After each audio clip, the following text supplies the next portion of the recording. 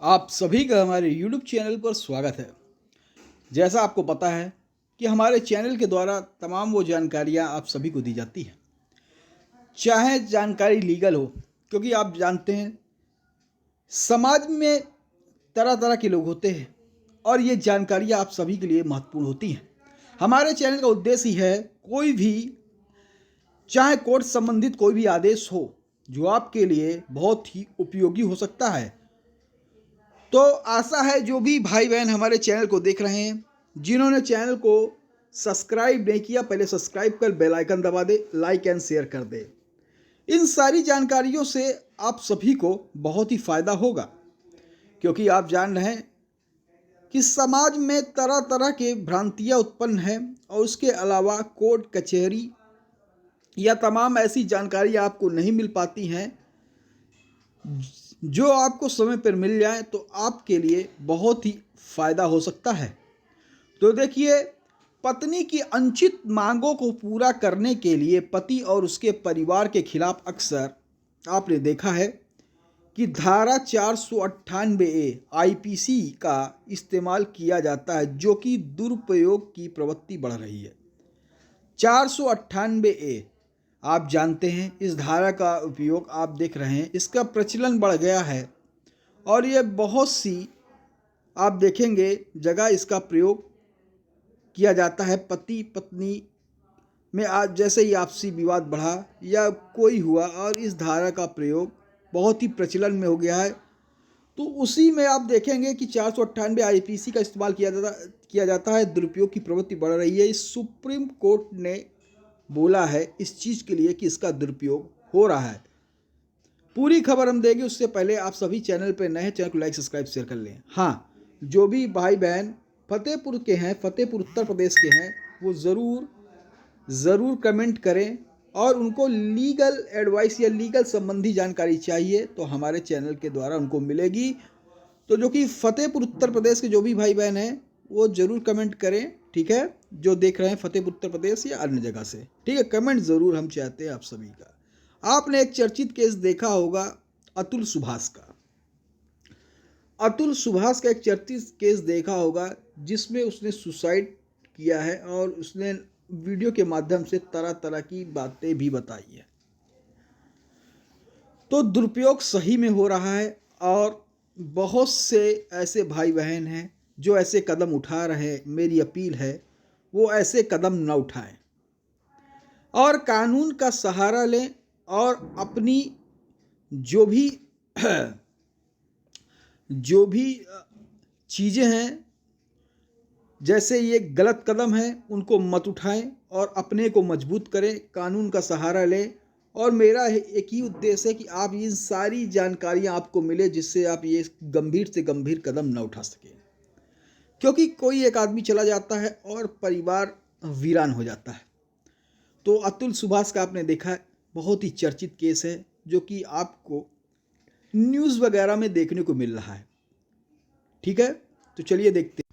देखिए, पत्नी की अनुचित मांगों को पूरा करने के लिए पति और उसके परिवार के खिलाफ अक्सर धारा 498 आईपीसी का इस्तेमाल किया जाता है, जो कि इसका दुरुपयोग प्रवृत्ति बढ़ रही है, सुप्रीम कोर्ट ने कहा है।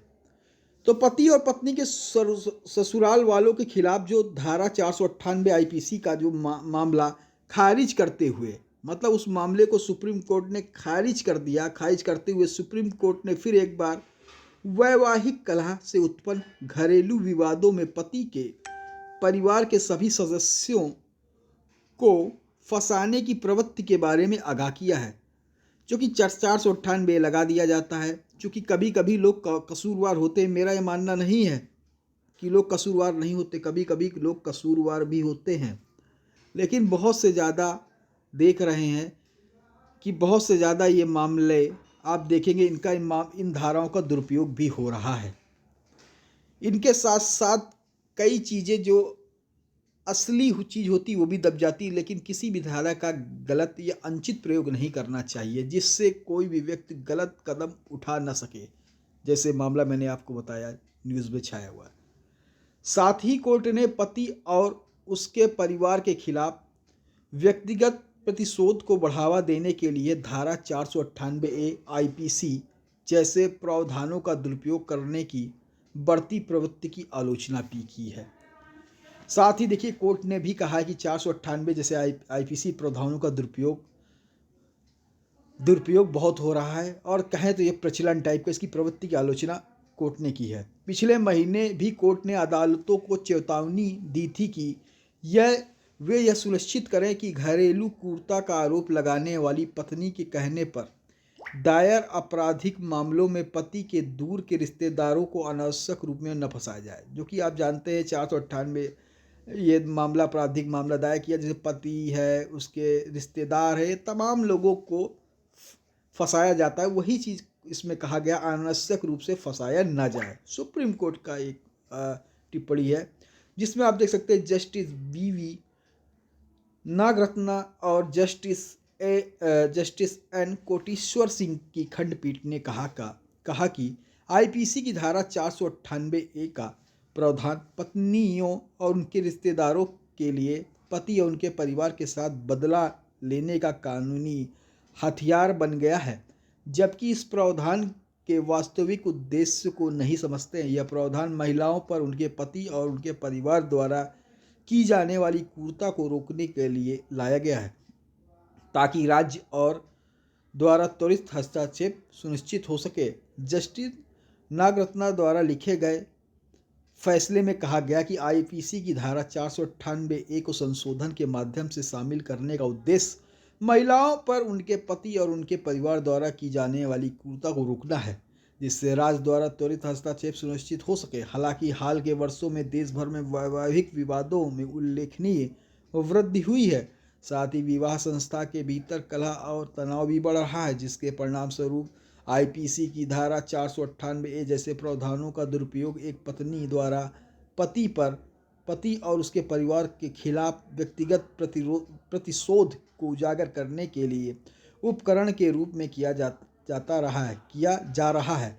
वैवाहिक विवादों के दौरान अस्पष्ट और सामान्यीकृत आरोप लगाना, यदि जांच नहीं की जाती तो कानूनी प्रक्रियाओं के दुरुपयोग और पत्नी और या उसके परिवार द्वारा दबाव बनाने की रणनीति का उपयोग को बढ़ावा मिलेगा। कभी कभी पत्नी की अनुचित मांगों को पूरा करने के लिए पति और उसके परिवार के खिलाफ आईपीसी की धारा 498 का सहारा लिया जाता है। नतीजन इस न्यायालय ने बार बार पति और उसके परिवार के खिलाफ स्पष्ट प्रथम दृष्टया मामला न होने पर मुकदमा चलाने की चेतावनी दी है। न्यायालय ने पति ससुराल वालों द्वारा तेलंगाना हाई कोर्ट के उस फैसले के खिलाफ दायर आपराधिक अपील की सुनवाई की, जिसमें पत्नी द्वारा उनके खिलाफ दर्ज घरेलू क्रूरता का मामला रद्द करने से इनकार किया गया था। पति द्वारा विवाह विच्छेद की मांग करने वाली याचिका दायर करने के बाद पत्नी ने अपीलकर्ताओं के खिलाफ घरेलू क्रूरता का मामला दर्ज कराया। इस तरह के उपाय की निंदा करते हुए न्यायालय ने कहा कि प्रावधान का उद्देश्य उन पत्नियों की रक्षा करना था जो कि मुख्य रूप से दहेज के रूप में किसी संपत्ति या मूल्यवान सुरक्षा की अवैध मांग के कारण वैवाहिक घर में क्रूरता का शिकार हुई थी। हालांकि शिकायतकर्ता पत्नी ने इस प्रावधान का दुरुपयोग प्रथम अपीलकर्ता पति द्वारा मांगी गई विवाह विच्छेद याचिका के जवाब में किया। अदालत ने कहा कि हम एक पल के लिए भी यह नहीं कह सकते कि कोई भी महिला जो आईपीसी की धारा 498A के तहत क्रूरता का शिकार हुई उसे चुप रहना चाहिए और शिकायत करने या कोई आपराधिक कार्रवाई शुरू करने से खुद को रोकना चाहिए। हमारी उपरोक्त टिप्पणियों का यह उद्देश्य नहीं है। ये सही है कि कोई महिला, जैसे कई ऐसे मामले हो जाते हैं जिसमें जो सताई हुई सही में महिलाएं हैं उन पर भी टिप्पणियां न उठे, सही बात है, क्योंकि 498 का जो गलत दुरुपयोग है वो करना नहीं चाहिए। जिन पे सही है वही इन सारी चीज़ों पर कार्रवाई करें। देखिए तो कोर्ट ने कहा क्या है, कोर्ट ने कहा कि हमारी उपरोक्त टिप्पणियों का यह उद्देश्य नहीं है कि लेकिन हमें वर्तमान मामले जैसे मामलों को प्रोत्साहित नहीं करना चाहिए जहां दूसरे प्रतिवादी के प्रथम अपीलकर्ता पति द्वारा मांगी गई विवाह विच्छेद याचिका के जवाब में बाद में द्वारा आईपीसी की धारा 498 के तहत शिकायत दर्ज की गई। वास्तव में उक्त प्रावधान को शामिल करने का उद्देश्य मुख्य रूप से उस महिला की सुरक्षा करना है जो दहेज के रूप में किसी संपत्ति या मूल्यवान सुरक्षा की अवैध मांग के कारण वैवाहिक घर में क्रूरता का शिकार होती है। हालांकि कभी कभी इसका दुरुपयोग भी किया जाता है, जैसे वर्तमान मामले में हुआ है। अदालत ने माना कि हाई कोर्ट ने अपीलकर्ताओं के खिलाफ एफआईआर रद्द न करके गंभीर गलती की है, इसलिए अपीलकर्ताओं के खिलाफ लंबित मामला रद्द किया गया है। तदनुसार अपील को अनुमति भी दी गई। ठीक है, तो वो मामला 498 का सुप्रीम कोर्ट के द्वारा रद्द किया गया है, जो कि हाई कोर्ट के जो फैसला हुआ था जिसमें वो मामला रद्द नहीं किया, सुप्रीम कोर्ट ने उसको रद्द किया। और ये टिप्पणियाँ भी की जो मैंने आपको बताई। केस टाइटल आप देख सकते हैं, दारा लक्ष्मी नारायण और अन्य बनाम तेलंगाना राज्य और अन्य।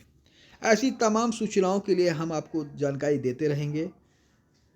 जो भी फतेहपुर के जो भी भाई बहन जो देख रहे हैं वो ज़रूर अवश्य कमेंट करें। उनको भी जो लीगल जानकारियाँ लीगल चाहिए तो हमारे द्वारा उनको प्रोवाइड की जाएगी। धन्यवाद। फिर मिलेंगे नई